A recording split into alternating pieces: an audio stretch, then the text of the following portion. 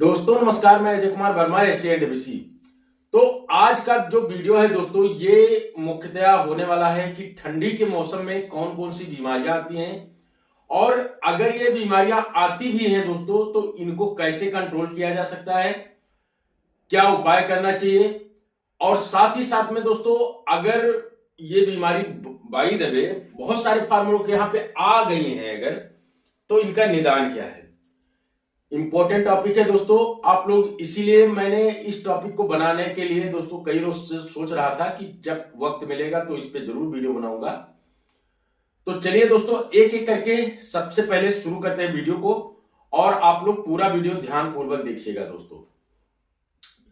सबसे पहली जरूरत क्या होती है दोस्तों, अभी के टाइम पे जो ये मौसम चल रहा है, ये मौसम पूरे भारत में लगभग कोई ऐसा राज्य नहीं है दोस्तों जहां पे इस तरह की ठंडी ना हो और इस ठंडी से जूझ रहे हमारे फार्मर ना हो। तो कई कई जगहों पे ये समस्याएं हैं दोस्तों आज के डेट में। सबसे पहले जो बात है दोस्तों वो है आपका ब्रूडिंग का बनाना। ब्रूडिंग कैसे तैयार किया जाए जिसकी वजह से फार्मर की जो शुरुआती मोर्टेलिटी होती है उसको कंट्रोल किया जाए। तो उसमें सबसे अहम है दोस्तों आपका सीलिंग, ब्रूडिंग और टेम्परेचर देने के लिए आपके पास सारी सुविधाएं हैं।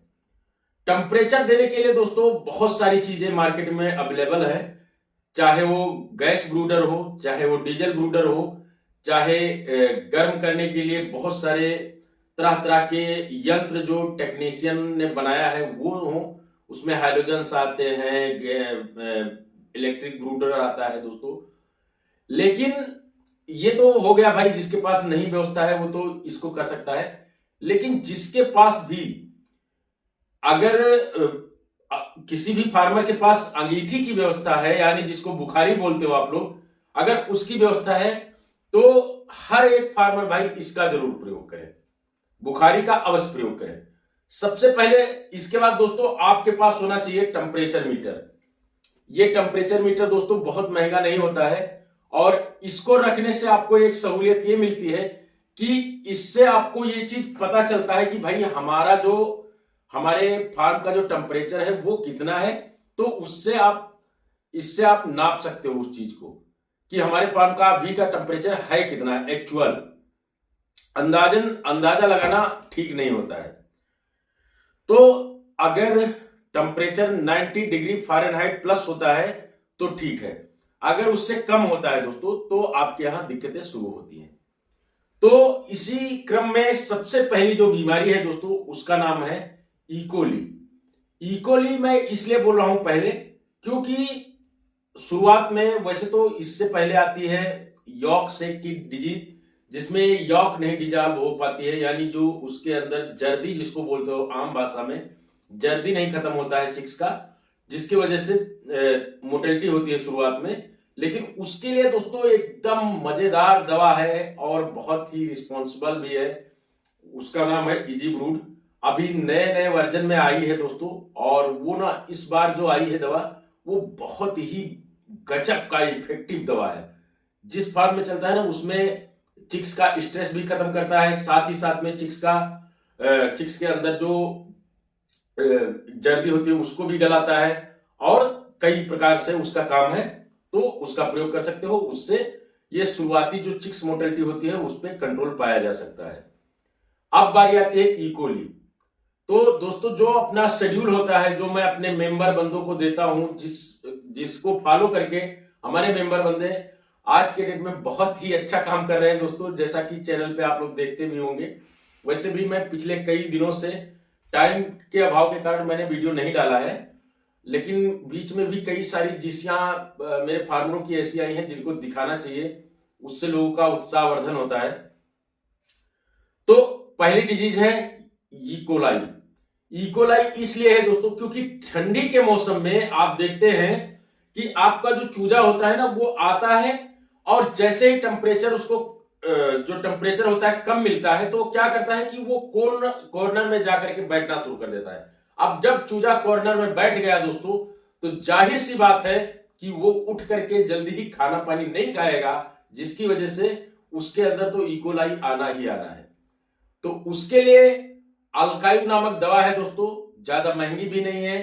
और इसका जो प्रयोग है, इजी ब्रूड का प्रयोग पहले बता दूं। इजी ब्रूड दोस्तों 70 ग्राम 70 ग्राम 1000 चूजे पे 12 घंटे के पानी में कंटिन्यूअसली, अगले दिन 12 घंटे के पानी में, फिर अगले दिन 3 दिन कंटिन्यू चलना होता है। और रात के समय पे आप इकोली के लिए अल्कायु 2 दिन चलाना होता है। अल्कायु मल्टीपर्पज कह सकते हो इसको, क्योंकि इसके अंदर ना बहुत सारे तत्व मिलाए गए हैं, जिसमें आप देख सकते हो कि आपका पहला काम जो करता है वो करता है कि बच्चे के अंदर एंटीबायोटिक भी प्रोवाइड करा देता है, साथ ही साथ में इकोली के जो सिम्टम्स होते हैं, जो उसके बैक्टीरिया होते हैं, उसको भी डिस्ट्रॉय कर देता है।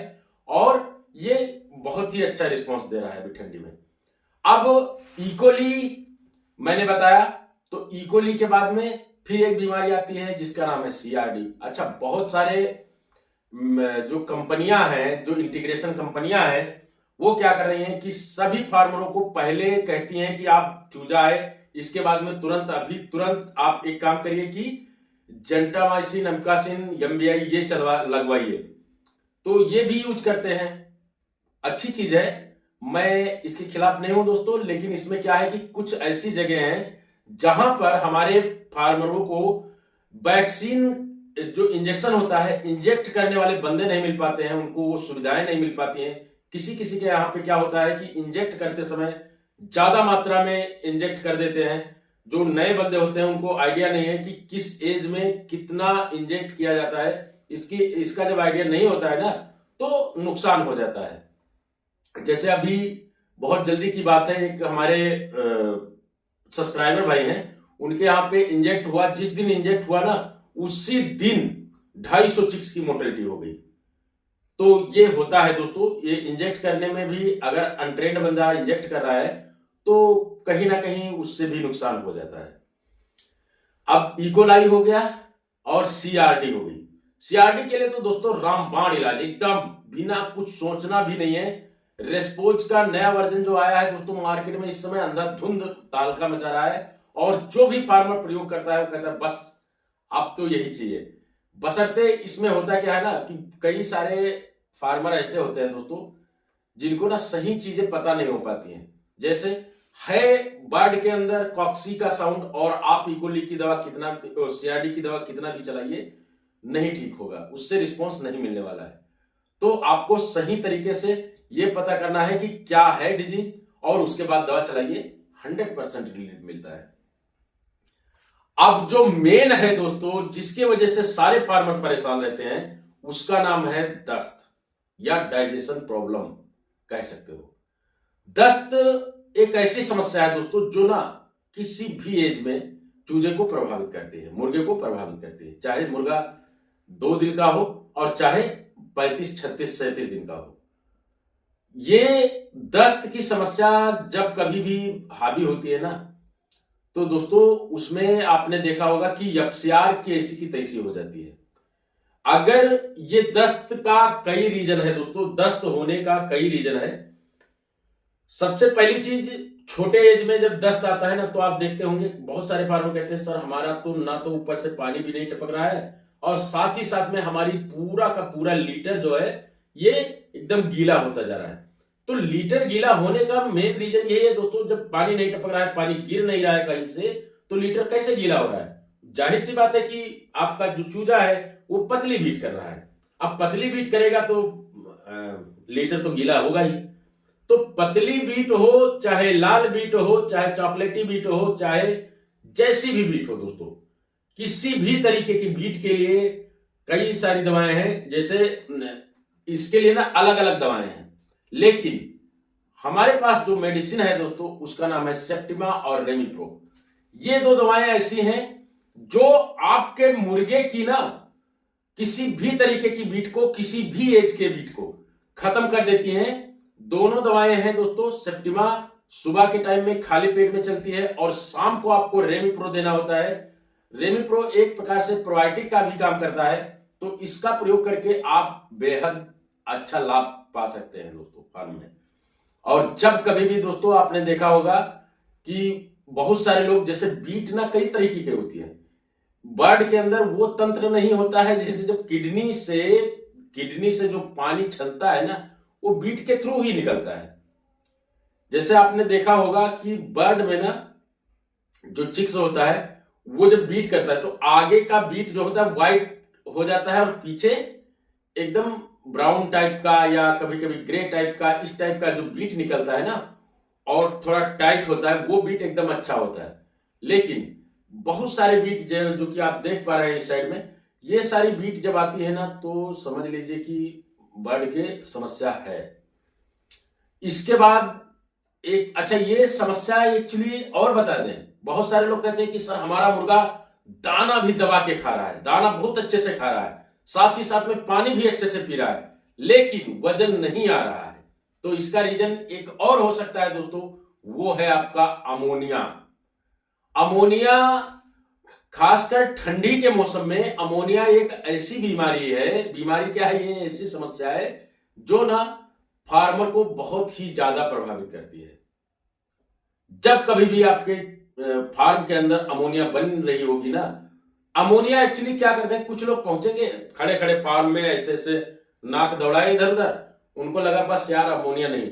अमोनिया आपका नाक कम से कम 5 फीट हाइट पे होता है, लेकिन आपके चूजे का नाक जो है भूसी से ज्यादा 4 इंच ऊपर होता है, तो आपसे ज्यादा चूजे को प्रभावित करता है। इस चीज को समझने की कोशिश करो।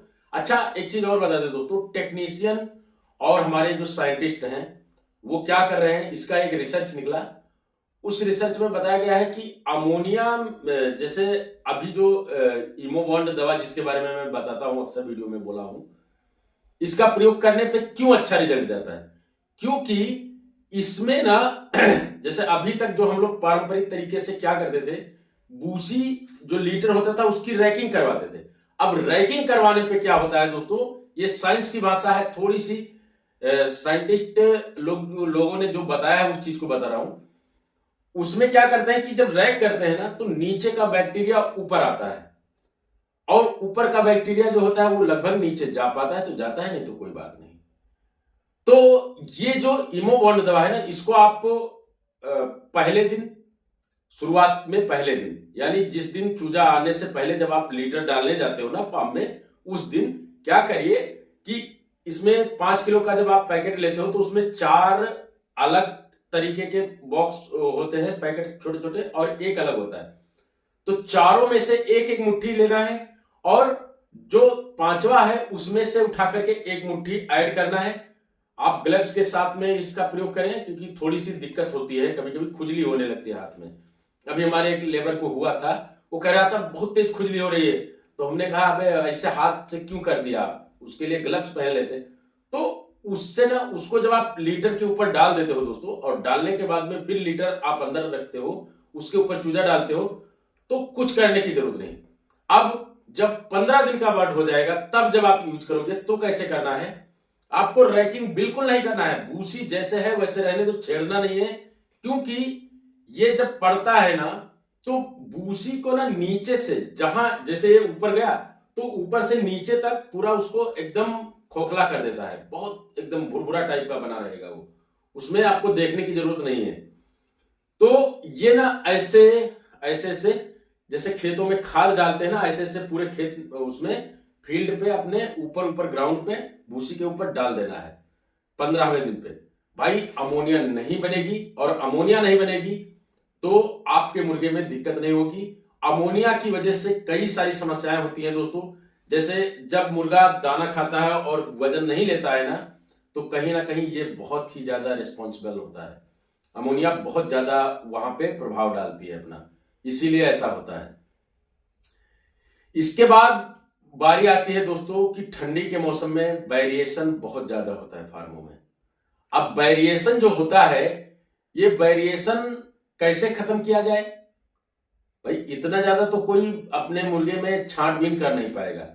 तो वेरिएशन ना आए इसके लिए आपको शुरुआत से जो मैं प्रोसेस बताता आ रहा हूं कि भाई टेम्परेचर अनिवार्य है, टेम्परेचर दीजिए, बेहतर टेम्परेचर दीजिए, अच्छे से मुर्गा, अगर आपका चूजा जो है खाना पानी खाएगा, दाना पानी खाएगा, तो शुरू से लेके लास्ट तक सब लगभग एक साइज में रहेंगे। अगर बाई द वे ये दिक्कत आ ही गई है तो उसके लिए कई सारी मेडिसिन हैं दोस्तों जिनका इस्तेमाल कर सकते हो। जैसे एक मेडिसिन है जिसका नाम है पायरोकोल बी। पायरोकोल बी जब आप प्रयोग करते हो अपने फार्म के अंदर तो क्या होता है कि उससे आपके चूजे में ये समस्या नहीं होने पाती है, छोटा बड़ा वाली समस्या या कम पानी पीने की, कम दाना खाने की, ये समस्या नहीं होती है। और जब आप चार्ट के अकॉर्डिंग चलते हो, भाई कोई भी काम है ना, जब उसको प्रोसेस में करोगे, एक क्रम में करोगे तो दिक्कत नहीं आएगी। और अगर दिक्कत आती भी है तो उसके लिए दवाएं हैं, उन दवाओं से इसको आप बीच में कंट्रोल कर सकते हो। लास्ट और अंतिम बात जो है दोस्तों, ये सबसे इंपॉर्टेंट है, क्योंकि ये इसलिए इंपॉर्टेंट है क्योंकि हर एक फार्मर को यही चाहिए। क्या चाहिए? पैसा। पैसा कब मिलेगा? जब पैसा मिलेगा दोस्तों, जब आपका एफसीआर अच्छा होगा और ग्रोथ अच्छा होगा, तभी आपका एफसीआर अच्छा होगा। तो अगर ये सारे प्रोसेस को आपने प्रॉपर ऊपर से पहले दिन से लेकर 40 दिन तक फॉलो किया है, लिफ्टिंग वाले डे तक, तो जाहिर सी बात है कि आपका बहुत ही अच्छे से लौट जाएगा। अब इसके लिए दोस्तों एक दवा है जिसका नाम है बीटाडीन-एच और दूसरी दवा का नाम है ग्रोटेक। ग्रोटेक एक ऐसा प्रोडक्ट है दोस्तों जिसको ना आप किसी भी एज में प्रयोग कर सकते हो, चाहे आपका चूजा छोटे से छोटे पे हो। 8 दिन से शुरू हो जाता है। 8वें दिन से जब शुरुआत से इसको लगाना शुरू करते हो, ये दोस्तों एक्चुअली 1000 मुर्गे के लिए 1 किलो लगता है ये।